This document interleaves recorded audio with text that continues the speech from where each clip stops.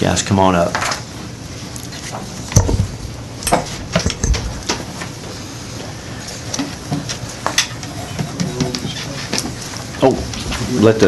We did just miss you, Senator. Senator Miles, welcome, and we'll show Senator Miles present. You didn't miss a thing.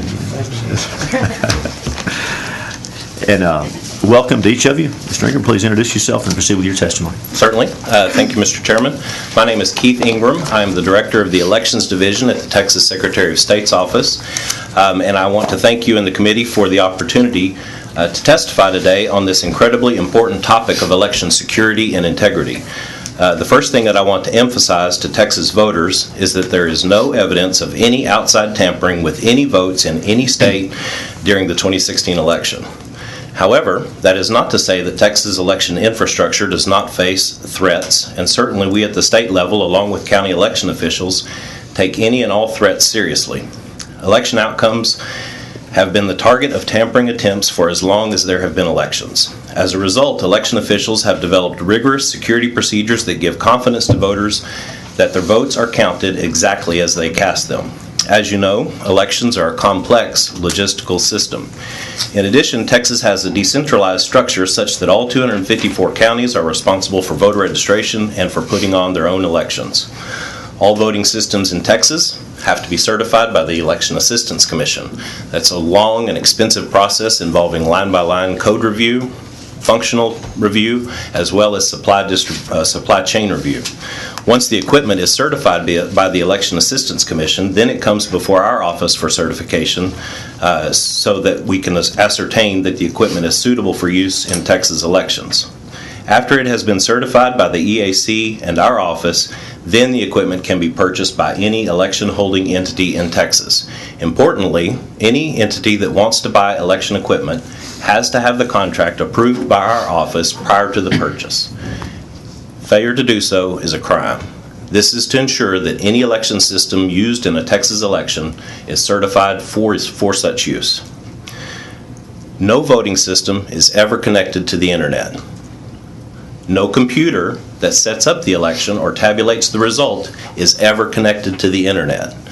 In fact, physical access to the voting systems and to the central computer is strictly limited. They are in locked rooms with very few people who have access. When the results are taken off of the computer that tabulates the results, fresh media has to be used. That media is transported, we call it by sneaker, over to another computer where it is distributed to the public. Newer voting systems operate in kiosk mode only.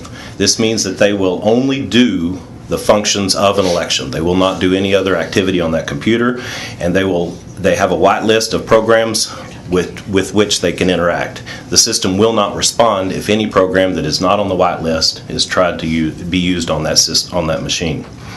We have 3 voting system vendors in Texas.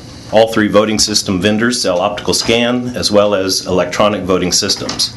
There is not currently a requirement in Texas that electronic voting systems have a paper component. However, all voting systems have to be tested for logic and accuracy before early voting. In addition, they are tested for logic and accuracy just prior to the counting of ballots, and they are tested for logic and accuracy immediately following the counting of ballots. All of the records involved in these logic and accuracy tests are maintained for 22 months and are available for public inspection at any time during that period. In addition, all of the internal audit logs are available for public inspection as well. I say all that to say that we need to remember that security of voting systems is not a new consideration for people in the elections field. The EAC's voting system standards have evolved in security measures, the vendors have created systems that are more secure, and state and local officials have developed measures that make it very difficult to interfere with votes and vote totals. Work in these areas continues all the time. Turning now to voter registration, before I talk about security, I would like to mention a bit of breaking news. Yesterday, the Secretary designated the Vocational Rehabilitation Program at the Texas Workforce Commission as a voter registration agency under Chapter 20 of the Election Code. This means that the Workforce Commission will be offering voter registration to all clients of that program in the near future, and that we will be working with them to get this program up and running as soon as possible. With regard to voter registration, the Help America Vote Act of 2002 required all states to implement an electronic statewide voter registration database. Texas has been HAVA compliant for the last 12 years. We upgraded our system in 2015 with a new vendor. The voter registration database contains information about voters, including personally identifiable information such as driver's license numbers and social security numbers. Protecting that personal information that is within our custody is our highest priority. Voter registration database is connected to the internet because that is how the counties interface with the system, and that is how voters can access their records to determine whether their registration is current. Obviously, being connected to the internet increases the level of risk with regard to that system. Our office has a close working relationship with the Texas Department of Information Resources. They conduct a variety of regular and unannounced security checks to make sure that the data we hold is secure. In addition, along with Travis County, Texas has been involved with the Department of Homeland Security and the Multi-State Information Sharing and Analysis Center in a pilot program. The pilot program was designed to ensure that election officials get useful information from the federal government about cybersecurity threats in a timely manner.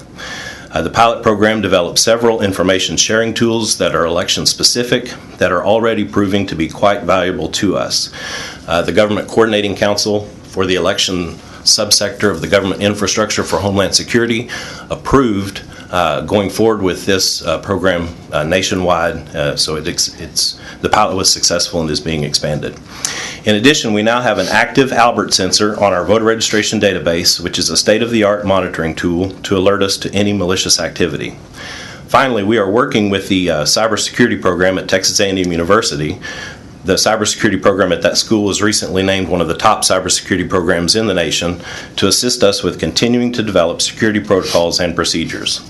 Specifically, we are going to be instituting two-factor authentication for all users of the voter registration database next month following the primary, and we continue to consult with our state, private sector, and federal partners to ensure that our protections are state-of-the-art while never taking security for granted. Finally, election integrity has to have a voter registration list that contains only persons who are alive and eligible to register to vote. The National Voter Registration Act of 1993 requires all states to have in place a general program for updating voters who have changed addresses and for removing voters who have died, been convicted of a felony, or who have been adjudicated mentally incompetent.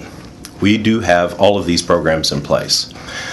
With regard to address removal, every 2 years, every voter in the state is sent a certificate that's good for the next 2 years. That piece of mail is not forwardable. If it comes back to the voter registrar will send a notice of address confirmation that is forwardable, inviting the voter to update their address. About 75% of voters respond to that notice within the first 30 days.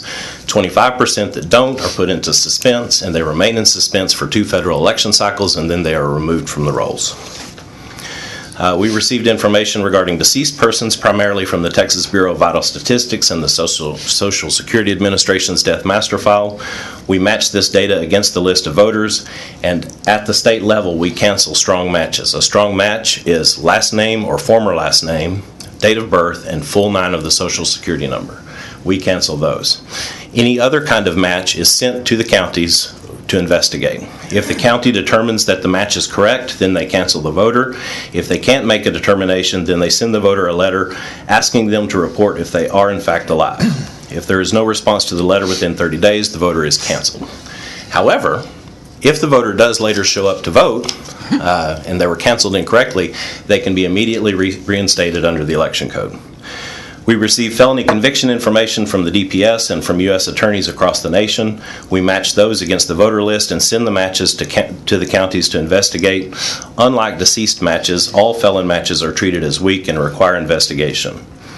In addition, we receive information from jury clerks electronically regarding persons who report in response to a jury summons that they are not a citizen. We match that information to the voter list and send the matches to the counties to investigate. Again, all matches are treated as weak matches. If the voter fails to respond to the notice within 30 days, then the registration is canceled. Importantly, if they do respond to the notice, they will have to prove their citizenship. Only when a person affirmatively responds that they are not a citizen is the cancellation reason shown as non-citizenship. If they fail to respond to the letter, the cancellation reason will be failure to respond to a notice of examination.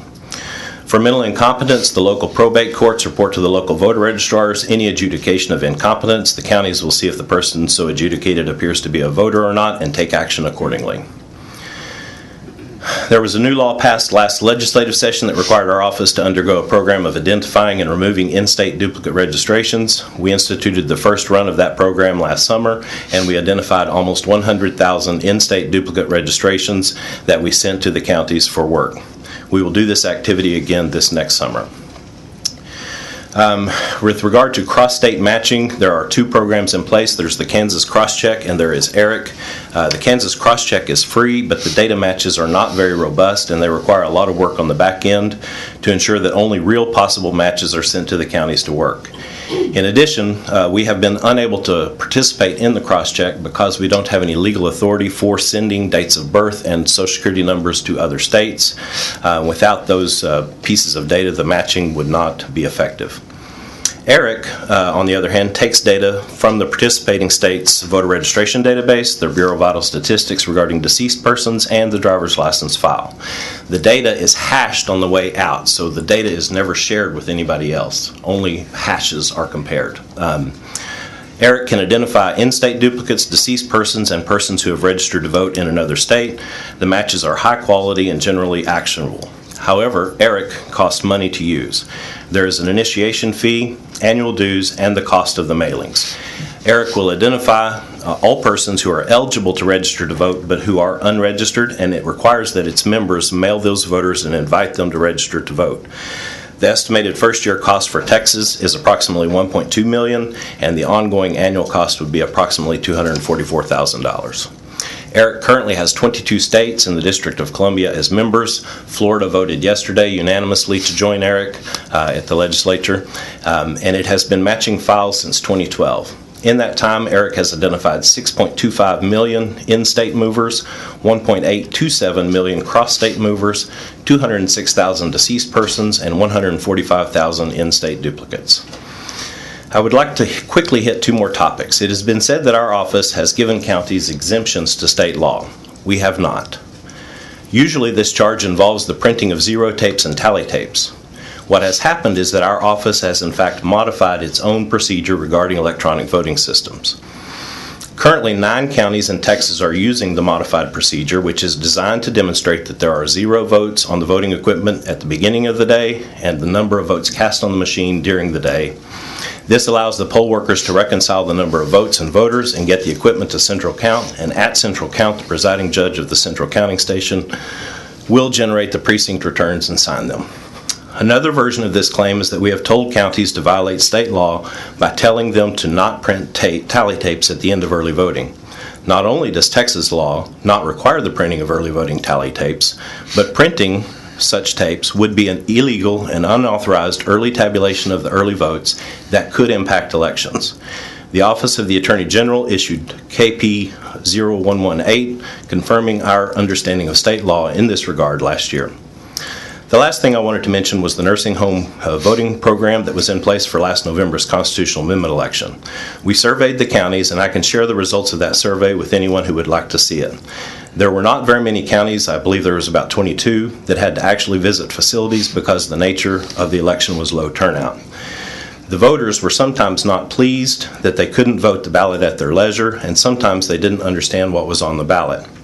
The counties who responded raised some interesting issues regarding implementation that should be considered if the idea comes around again in the next session. However, I would like to share 2 quick anecdotes. First, we heard a report from a county that contains a facility that cares for persons with Alzheimer's and other forms of dementia. 100% of the residents at that facility asked for a ballot.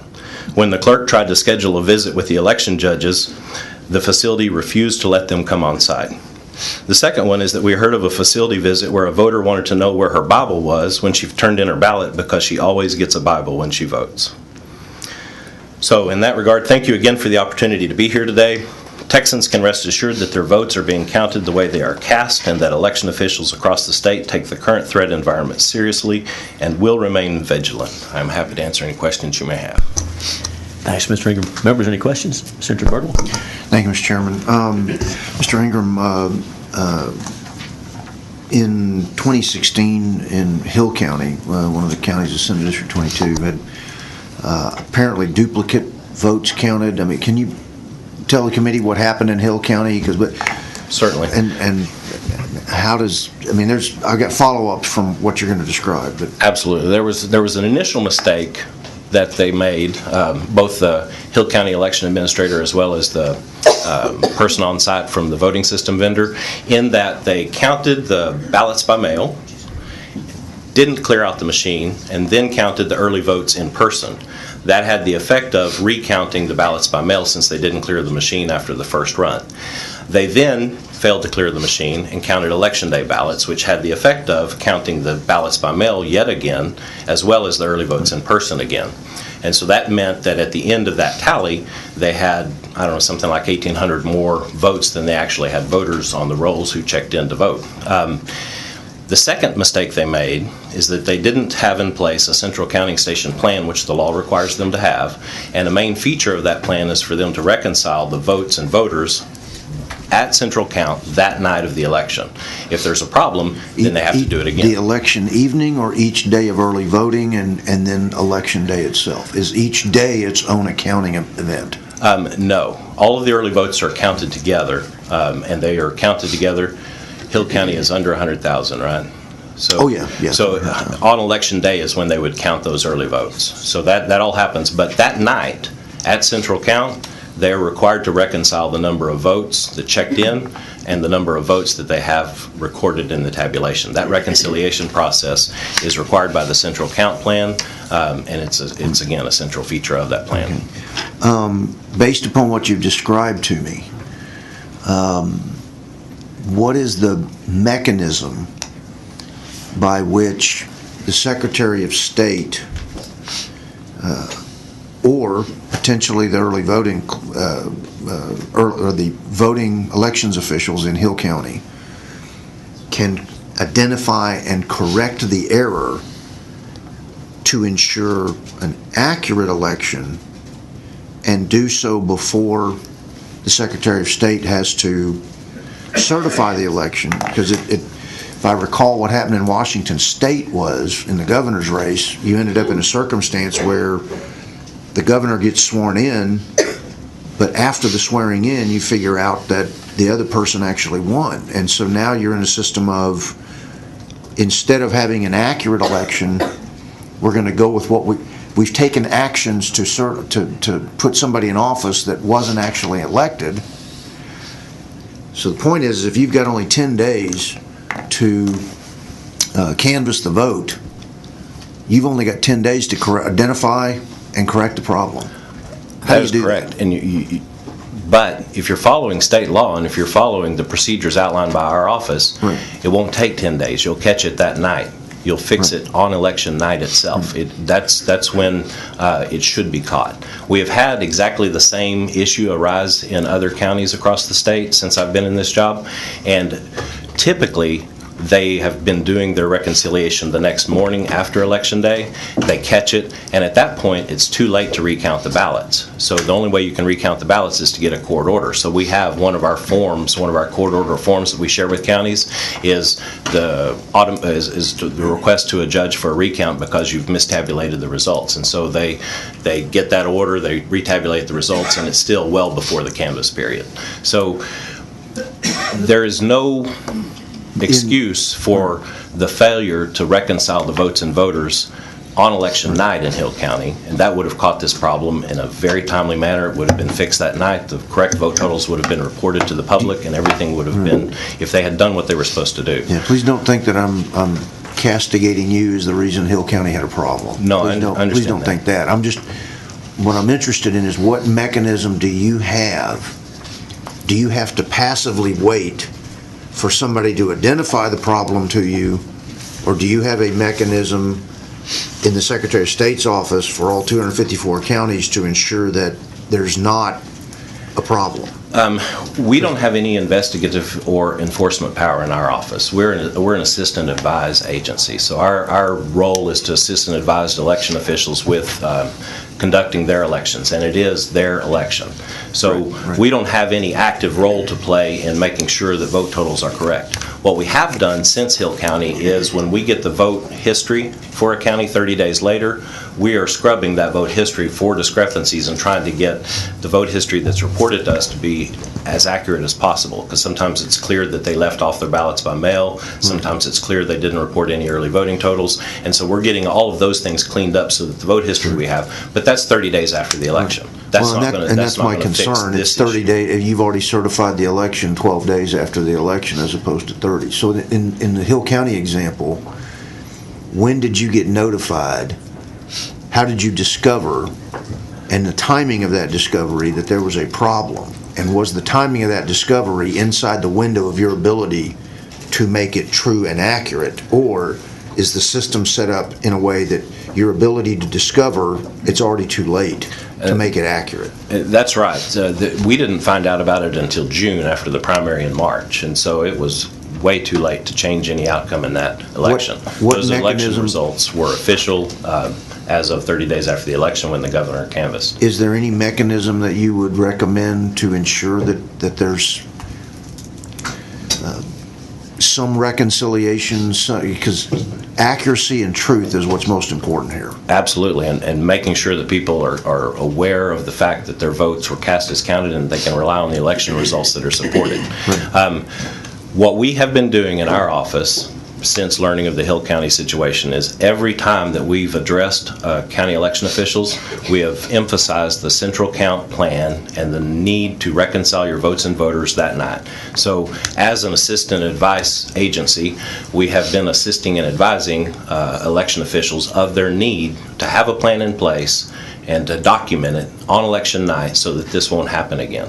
And we believe that we've had good success in that. In addition, HB 1735 last session required that the central count plan for every county be available for inspection 5 days before the election. So the fact that they're going to have to produce it for inspection to the public, along with the fact that this has happened in Hill County, and our training, I think, means that the odds of something like that happening again are slim. They're not none. I'd like them to be zero. Exactly. But fundamentally, if you're discovering it in June, why bother? I mean, again, I'm not castigating the Secretary of State's office. You've explained what had happened. It's just this has to be exactingly accurate. And yes, sir. If mistakes out there are being made, you having some mechanism, was it some sort of accuracy, reconciliation, whatever the word is, to make sure that you're not finding out about it well after the fact of it mattering, right, that you found out there's a problem. Thank you, Mr. Chairman. Thanks, Senator. Senator, you were right behind him. Please proceed, Senator. Thank you, Mr. Chairman. Well, there's certainly nothing more important than making sure the voters have confidence that their vote's going to be counted and not canceled out by an illegal vote or not get counted, period. Mr. Ingram, I have a few questions here for you. Since the state went to a non-paper audit, no paper ballot, tell me, are there many reports of the voting systems failing or malfunctioning? So in Texas, we've got a mixture. We've got some counties that use optical scan, paper ballot-based systems. Some counties that use electronic voting and early voting, but they'll use optical scan on election day. And some counties that are all electronic voting.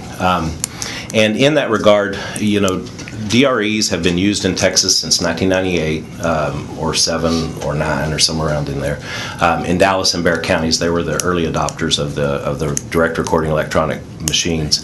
And every election we hear, usually the complaint is on an ES&S machine, they've got a touch screen, and so those screens get out of calibration like an old Palm Pilot used to do, and you'd have to recalibrate the screen. And so when you touch the screen here, it shows the mark over here. And so that machine is taken out of service, recalibrated, and put back in service. And so that is something that we hear usually a few times every election. This last election cycle in 2016, we heard a different complaint, and it was the first time in the 6 years that I've been doing this that we heard the complaint. And it was in Hart counties, and Hart counties use a click wheel system to go to the next page and advance the ballot. And in some instances, when a person would pick straight party, Republican or Democrat, and they would go to the next page, and the presidential choice of the other party would be selected. And so we couldn't figure out how that was happening. And Mr. Oldham here did an experiment in his office and determined that because the ballot was lengthy, it took a minute for the next page, a few seconds for the next page to load, and people were impatiently clicking the button, and it was deselecting their straight party choice and selecting the candidate of the other party. So it was user that were doing it. And I had a very angry caller call because this happened to his son in Montgomery County. And he was furious, wanted to know what in the world we were going to do about it. And so I said, sir, this is our understanding of what's happening. We think people are getting impatient and clicking the button too fast for the next page. Have you voted yet? He said, no. I said, when you go vote, would you try that out for me and see if that happens, and then call me back? So he called me back Friday evening at about 5:30 or so. He was surprised I answered the phone, and he said, you were right. That's exactly what it did. If you push the button too quick before the page loaded, it deselected. And I said, well, I appreciate you checking that out for me, and thank you. But those are the kinds of things that we've heard with regard to electronic voting. Nothing with regard to changed vote totals. The equipment is always secure. It's got tamper-evident seals. We've got a whole system of physical security in place, plus the logic and accuracy testing before voting starts, before counting, and immediately after counting have all shown that the equipment has functioned as expected. Do you actually have teams to go out and inspect the equipment? We do not. The law gives us the ability to go out and do that, to audit an election, and we've considered doing it coming up in this primary in a few counties. And especially regard to HB 8 from the last session requires us to do a study of voting system security, and we, in that regard, are making county visits, and we'd like to do some of that work when we do. So you get your complaints just from voters who think they might have a problem, right? That's right. If they don't know they have a problem, there's obviously nothing to complain. So you're relying on the county election officials to self-report an issue. Or would they self-report an issue? The counties do report that to us. Generally, we hear from the voters when there's an issue like that. We've got our 1-800 number in every polling place. But if the county's having a problem and they know about it, they probably wouldn't call you, would they? They do. In my experience, there have only been a couple of county election officials that I've interacted with that just didn't care. Elections are very hard work, and they are extremely consuming for local election officials. It is a very difficult job. And I say that we don't have any enforcement power. We do have leverage, and the leverage that we have in our office is that county election officials desperately want to get it right. And that is our leverage. They believe if they follow our advice and do the procedures the way that we want them to, that they will be correct. And that is their earnest desire on the part of almost the entire elections community, and the few exceptions to that rule stand out because they are extremely strange. Yes, but that's what we're here to do, to make sure that every ballot counts, right? I agree with that, yes, We're sir. making sure if there are bad actors, that you have the ability to weed them out and to sniff them out and correct it. That's right. Which I find a little concerning here, that you don't have enforcement powers, right? So basically, you're an advisory board, it seems like to me, to the county election officials. Is that correct? Would that be an accurate statement? Yes, sir. I think of it as tech support for elections. Yes, sir. So when you determine there's an issue or a problem or a possible criminal issue, who do you call? If we hear of a problem in a county, we'll call the county elections administrator. But if you think there's been a criminal issue, who do you call? We refer criminal complaints over to the Office of the Attorney General for investigation. Okay. And 31005 of the Election Code, if we receive a report that voters' rights are being violated, we've got the right to ask the Attorney General to get a mandamus. I mean, we've got the ability to seek help if we have an immediate emergency situation that needs to be addressed. And We've invoked that power a couple of times since I've been in this job. Once there was a Novice ISD and Coleman ISD had a consolidation election, and one of the school districts wanted to stop the election in the middle of early voting. And we said, no way. If there's a problem with this election, you do the election, and we'll count the ballots, and then after that, you can figure out whether or not there should have been an election. But we're not going to discount those votes that have been counted. That's not going to happen. And I'm not picking on Secretary of State's office. I just want to get some information. Sure. Clarity here, I think, for the public. You mentioned that you vet voter registration with jury summons. Is that correct? That's one of the things for non-citizenship, yes, sir. For non-citizens. So if a non-citizen's registered to vote and they're summoned for jury duty, you have a vetting process on that, right? So if That's right. How often does that happen? I don't know. We've got the cancellation records are on our website for every month, going back to 2013, and you'll see on the cancellation records every cancellation in every county for whatever reason, deceased. But it does happen. It does, yes, sir. So would you not consider that a criminal offense? Certainly. It is a criminal offense to register to vote if you're a non-citizen. Well, what it is it's perjury, because on the voter registration application, you're swearing that you're a citizen. That is correct. And that is a criminal offense. Absolutely. So where do you take those issues? When you vetted all these people, and now you see that these people are not citizens and they registered to vote, that's obviously going on. You refer it to the county to purge the rolls. Who's referring it to the DA? Who's referring it to law enforcement? That would be up to the county election officials. If they determined that someone was registered to vote, they could refer it to their local district attorney, or they could send a complaint to us and we would refer it to the OAG. But obviously this is going on. Yes, sir. We have non-citizens registering to vote, and the only way they're getting, or one of the ways they're getting caught, is when they get summoned for jury duty. That's right. But nobody's prosecuting these criminals. I haven't heard of it being prosecuted, and you're not referring it to, and if you're not referring it to the AG, you're relying on who? Like I said, the county election officials, if they feel like they need to refer it, they can refer it to the local district attorney. Often, I don't know. I don't want to speculate. Okay. Well, I think that one thing that we could work on is from the state level is maybe looking at giving enforcement powers to the Secretary of State's here to try to enforce election laws, besides relying on the AG to do it. Thank you, Mr. Chairman. Thanks, Senator. Senator Zaffarine. Thank you, Mr. Chairman. Mr. Ingram, thank you for your excellent testimony. Do you have a copy that you could share with the committee members? I can certainly make a copy available, yes, ma'am. That would be appreciated. Thank you. First, regarding the issue of post-election audits, what percentage of elections are subject to post-election audits in Texas? All elections using optical scan equipment, all elections using optical scan equipment on election day, and my guess is that would be about 100 counties. 100 counties? Thank you. Maybe more than that. And what percentage of ballots in Texas have no paper record generated? I don't know. I know that we've got DREs in use in about 164 counties for either early voting only or early voting on election day. Okay, thank you. Often those are the larger counties who use DREs, and so I would say most votes are cast on a DRE. Why are the results of post-election results not made public? The audits? Yes. They are public record. We've got them.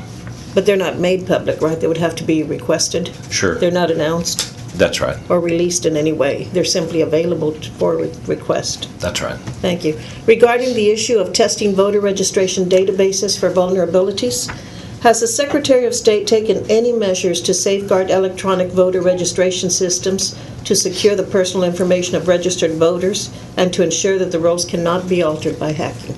Absolutely. What have you done there?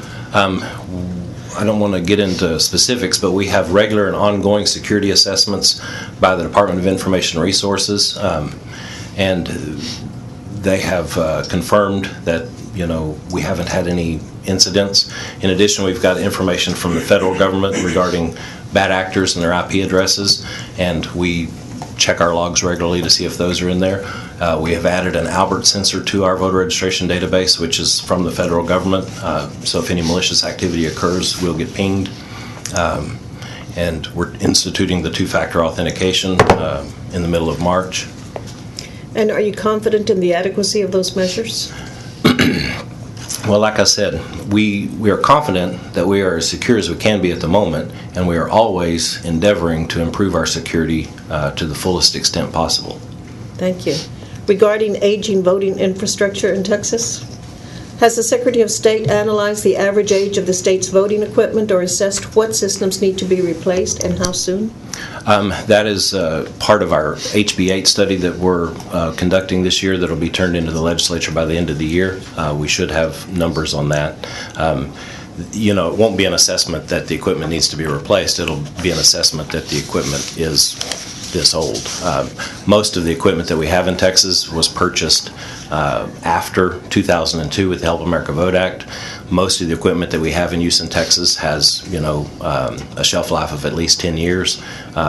Dallas and Bexar County have been making their equipment work much longer than that, but it does cost them quite a bit of money every year to keep the machines up and running. Do you have any cost projections yet? The cost of replacing voting systems in Texas would be tremendously large. If we were to do a statewide voting system, for instance, and bought it, it would be, the first bit of money from Help America Vote Act, I think, what was it? It was like $190 million was dedicated to the counties for purchasing voting equipment. It would be more expensive than that now. Okay. Do you know how many counties in Texas still use paper ballots? You talking about old-fashioned hand-counted paper ballots? Yes. Very few. That would be the smaller counties. They would use those. And even those counties in a federal election have to have available an electronic voting machine for disabled accessibility. Do you know how many counties have the option, give the voter the option of using either the electronic equipment or using a paper ballot? 123.005 of the election code could be read to prohibit giving voters that option. I don't think it necessarily has to be read that way because often if an optical scan ballot and a DRE are the same voting system vendor, they are part of the same voting system. They just take different forms for entering the vote. And so 123.005 prohibits the use of more than one voting system in a polling place. And so the way our office views that is that the counties who are offering an optical scan ballot and using a DRE in the same polling place and giving the voters the choice there are, we think about 75 counties who are making that choice available to their voters. We don't think they're actually violating 123.005, but they might be. And so we have proposed cleanup legislation to get rid of 123.005B, which would take away all doubt in that regard and would make the process, would make that practice clearly legal. When a candidate asks for a recount of the ballots cast, what security measures are taken? Or required, I should say. Are there any required security measures? Certainly. All of the recount procedures have to take place in front of the candidates and their poll watchers, so there's not anything that's done in secret, so it's all in public. And if the equipment being used and there is a DRE and there's a manual recount that's been requested, then all of those are printed out and counted by hand with tally teams in the full light of day. Are there any different measures required when the ballots were paper? No, it's very much the same, that you have to get all of the ballots together, and so that means all of the ballots by mail. If you've got different ballot styles and this race might not be on all of the ballots, then they will all have to be gone through again in public with the candidates present with poll watchers to make sure that the ballots are segregated that involve this race, and then they are counted. Thank you. You mentioned the nursing home survey in your testimony. Yes, ma'am. Could you give us some of the highlights of the survey results? Well, I did. There were some voters who were upset that, there needs to be an education in place if we're going to do a program like this so that voters aren't caught by surprise. They're used to requesting a mail ballot and getting it sent to them, returning it, doing the research with their ballot in hand, and then marking it and returning it. And so there were some voters who were frustrated that they got their ballot and they had to look at it and mark it all at the same time. This was a different process. And so that's one thing that that we encountered. And since it was a constitutional amendment election, some of the wording on the propositions was such that the voters really wanted more time to figure out what the proposition was actually about. And so that's something the counties expressed that it was an expensive thing to have to do to go out to the nursing homes, and that the having to wait to see if you were going to get 5 applications for a ballot by mail from a particular facility compressed the time schedule, and they were worried about the voters being able to return their ballots in time if they didn't actually have to go to the locations. So it was that kind of functional stuff. Okay. Thank you, sir. Thank you, Mr. Chairman. Thanks, sir. Senator Miles? Thank you, Mr. Chairman. Mr. Ingram, let me thank you for being here this morning. Couple of questions. Last September, the Department of Homeland Security reported that Texas had been a target of election-related hacking by Russians during the 2006 presidential election. Other sources stated that Texas was one of the states that was targeted. However, Secretary of State Pavlos later denied the hacking. I'm sure you're familiar with that. Since then, a number of Trump administrators and intelligence officials have warned the United States will continue to be vulnerable to Russian interference through 2018 election. This week, we learned that Texas was given a D in election security. Could you please clarify to this committee the reason for the different assessment between your office and the Trump administration? And could you further describe what the extent of the threat was, if there was any? And more importantly, what steps have been taken to address the further threats? Certainly. So what happened in 2016 is that a number of states suffered scan attempts by IP addresses that are associated with a foreign nation. Texas was included in that, and a scan attempt is an attempt to find vulnerabilities. So it's trying to raise the windows, it's rattling the doorknob, seeing if they can find a way in. They did not find a way in Texas. The DHS, Department of Homeland Security, has consistently said that the number of states that were actually penetrated was very small, and they changed that word to exceptionally small last week.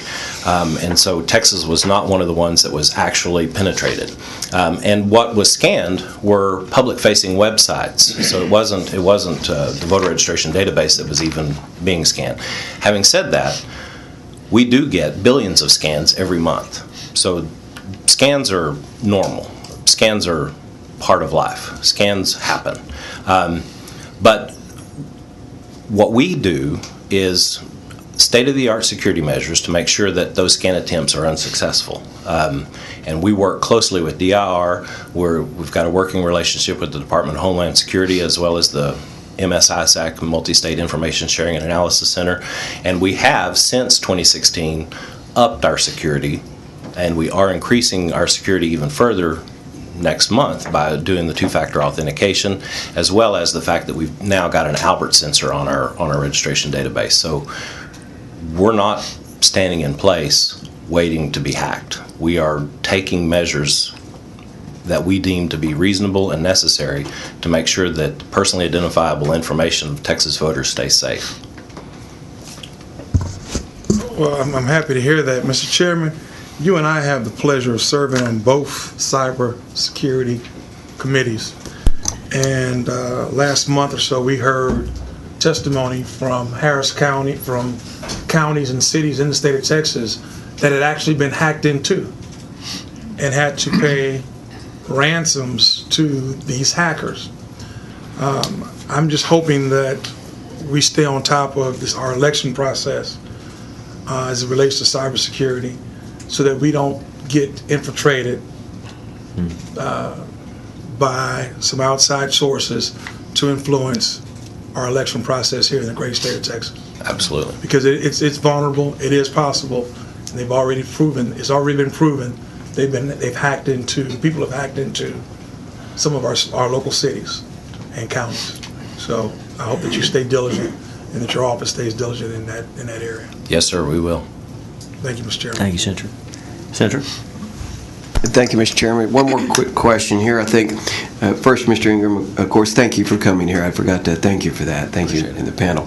But you mentioned you purged the rolls, the voter rolls, at the state level. and then you send that information back to the county. What is your follow-up procedure on that to make sure that they're following up on what you've done and recommended? So there are two things that the state does with regard to voter cancellations. We will actually cancel the voters who have been in suspense for 2 federal elections. We cancel those voters at the end of an even-numbered year after they didn't vote in the second cycle. We cancel those voters. I think there was between 550,000 and 600,000 following 2016 that we canceled. We also cancel at the state level strong match deceased. So last name or former last name, date of birth, and full name of the social, we cancel those at the state level. Everything else we send as a task to the counties to work, and that task shows up on their dashboard that they'll have 50 DPS applications, they'll have 45 potentially deceased matches, they'll have 3 non-citizens, and it's up to them to do the investigation. Well, the only thing that we can see about what they've done is whether or not they've worked their tasks. So if they report the task as having been worked, that's the end of the hunt for us. It's when they let those tasks linger longer than 30 days that we start bothering them, saying you need to work your dashboard. But you don't actually audit them to find out if they purged the rolls to your recommendation, or if they didn't, what was the reason they did not? Right. County voter registration in Texas is county-based, so the county voter registrar is in charge of their rolls. It's their voters, it's not ours. And so what they do with regard to an investigation, if they determine that the person was actually deceased or the person was the same as the felon, that's up to them. I just want to bring this full circle. So who is overseeing the county election folks? To make sure they're doing their job correctly? Right. And they're following state statute? Who's overseeing them? Is it your department? No, sir. We don't have any enforcement or investigative power. We're an assist and advise agency. We can see some indicators if something is going badly, and we can talk to them about it. But generally, it's going to be up to them to do their work.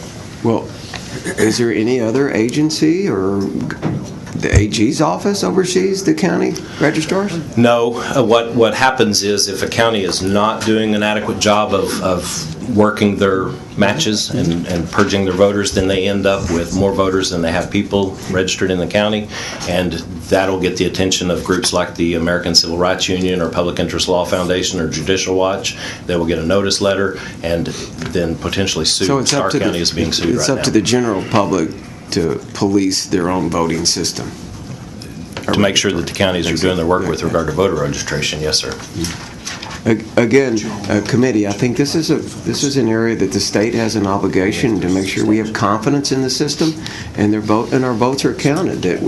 And it's obvious we're missing some accountability here from the state level to the county to the county level. One small bit of leverage that we do have, the state gives counties money for voter registration, Chapter 19 money we call it, and if a county is in substantial non-compliance with their work, then we can cut off their Chapter 19 money. For smaller counties, that's not very much money. But when you say non-compliance, that means they're working the task. You don't know how they perform the task. That's right. Thank you. Thank you, Mr. Chairman. Senator Birdwell. Thank you, Mr. Chairman. I appreciate you letting me follow up to some of the previous questions Senator Huffines asked, and I'd like to offer to Mr. Oldman and Madam Clerk Hawthorne, while you have not testified yet, if you want to enlighten me based upon your respective duties and responsibilities. But you had mentioned, Mr. Ingram, that you have a mechanism based upon jury summons of those who are non-citizens being called to jury duty. There's some granularity I think we need to chase here. Sure. If that's your only mechanism, and I don't know that it is your only, but that's what you've discussed, if that's your only mechanism, then the Secretary of State's office only way to ensure non-citizens are voting is the random sampling of a jury duty summons. Is that correct? That is correct. So if an unlawful voter never gets summoned to jury duty, Or responds to a jury summons. You've got no mechanism to correct that wrong. That's right. That's how Rosa Did you say Maria- that again? You have no mechanism to correct that wrong. That is correct. Okay. And that jury summons is only if the unlawfully present or non-citizen voter, you could have a lawfully present but non-citizen who is registered to vote. Right. But that's only on their self-identifying as a non-citizen. If they get called to the jury summons and don't tell anybody they're not a citizen, you're still not getting notified. Is that a correct assessment? That is correct. What mechanisms do the voting administrators or county clerks have to ensure that non-citizens are not registering to vote? Only the jury summons. Only the jury summons. So if a state, with the number of people moving to Texas, are there states that issue a driver's license to non-citizens? I believe the state of California does that. I see you shaking your head, Madam Clerk. Am I right? You're correct. Are there other states besides California that do that? Texas does as well. If you're here on a green card, you can get a driver's license. Right, right. But is it identified as you're a non-citizen versus a citizen? I'm not sure. Yeah, I think so, but you'd have to, I mean, the driver's license has an indicator on it that they're, at least if they're on a temporary visa, it'll show temporary on the driver's license. Let me interrupt just briefly. Hold that thought. Since we do want input from all the witnesses, go ahead and tell us who you are, who you represent. I'm sorry. It's okay. I'm sorry, Mr. Chairman, you're right. No, we'll go ahead and do it. I just want to get this on the record. We can go ahead and do that for the minutes. Go ahead, please. As a clerk, I appreciate that. Yes, ma'am. Yes, My that's name is right. Heather Hawthorne, and I'm the county clerk of Chambers County. Thank you. And Mr. Oldham, go ahead, just in case we have a question for you as we go. John Oldham, Election Administrator in Fort Bend County. Thanad you both. And Senator, please proceed. Y'all go ahead with it. I bet you didn't forget what you were talking about. No. So I think the panel, the committee certainly, and the panel of witnesses knows where I'm getting at. We have no active method. We depend on the self-reporting of the individual. That's right. I think everybody That's give me the north-south head nod that is a significant problem. Yes. Does the Secretary of State office have some recommendation or methodology to go from being a passive hope not being a method, So there hoping are, that folks will self-report or not register versus having some active mechanism to ensure that those that are lawfully able to vote absolutely have every opportunity, but those that are not lawfully able to vote are not? there are several states who have legislated that in order to register to vote, you have documented proof of citizenship at the time of registration. And so those states, Kansas, Alabama, Arizona, Georgia, I believe, have either not implemented their legislation or they have been sued over it. And the lawsuits, specifically against Kansas and Arizona, have said that the National Voter Registration Act preempts state law in this regard, that when the National Voter Registration Act says that a voter has to swear they're a citizen, a state can't add additional requirements. And so right now, that's the state of the law. The 10th Circuit has spoken on it and the DC Circuit has spoken on it. I don't know if that'll change in the future, but I don't want to get into you said the 10th Circuit and the DC Circuit. that's right. Has the 5th Circuit spoken on it? It has not. Is the nature of the DC's decision, the DC Circuit does redistricting and other things, is the nature of the DC Circuit's decision applicable to the 5th Circuit's jurisdiction? I don't believe so. Maybe But we have to get Brantley up here. exactly, you need somebody that practices in federal-state relations to know that. But I don't think it does. The EAC versus it was League of Women Voters versus Newby. It was the name of that case, and what it is the Election Assistance Commission received a request to add state-specific instructions for these states, and the state-specific instruction says that when you use the National Voter Registration application, that you have to, if for Arizona and Kansas, that you would have to include documented proof of citizenship with your application and return it. Brian Newby, as executive director of the EAC, approved those state-specific instructions. The League of Women Voters sued him and said you shouldn't have done that, that was for the commission to do and not the director. And it went to the DC judge said, no, he's got the authority to do that. It went to the DC Circuit. The DC Circuit gave a preliminary injunction saying maybe he didn't and it should go back. The district judge on remand told the EAC, y'all need to work this out internally, and so he remanded the question to the EAC for further determination. So I don't think it has anything to do with the substantive requirement of documented proof of citizenship at the time that you register to vote. All right, I'll also ask Mr. Starr when he comes out. I appreciate your explanation of it, but fundamentally, it looks, Mr. Chairman, as we have a system that is not as accurate as necessary. Thank you, Mr. Chairman. Thank you, members. Senator Miles? Thank you, Mr. Chairman. I just have a follow-up question. Mr. Ingram, you stated that one of the reasons you feel confident about our system is because we have the scan system. Is that correct? You have a lot of confidence in that process, in that system?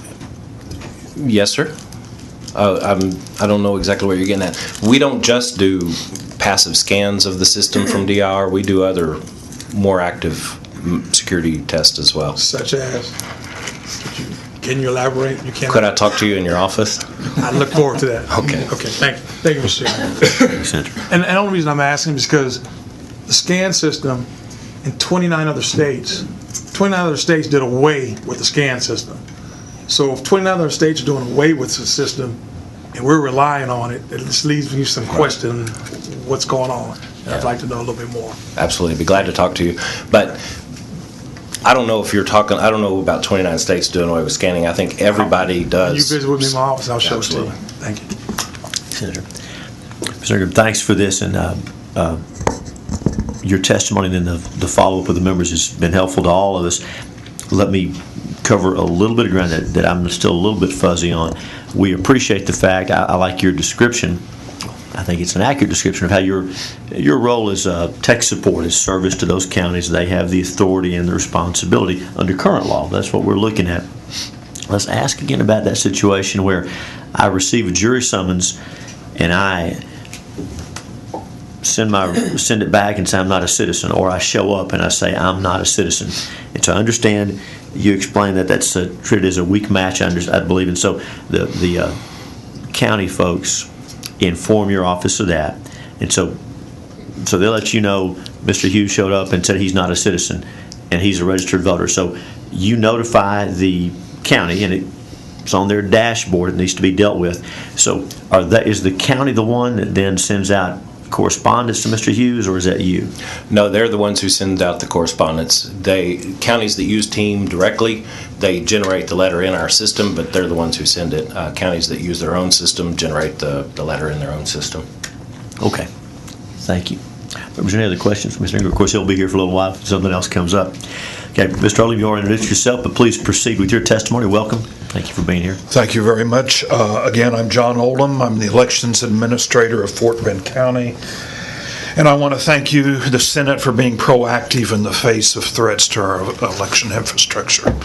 Policymakers, as well as those of us who run elections, can't be complacent. But our responses should address real threats, not what headlines deem as threats. And our response should not overreach by making unnecessary changes to our systems. Our nation was founded on a social contract that we reaffirm every time we go to the polls. And it's important that our elections are conducted fairly, accurately, and honestly. But it's equally important that our voters believe that they're fair, accurate, and honest.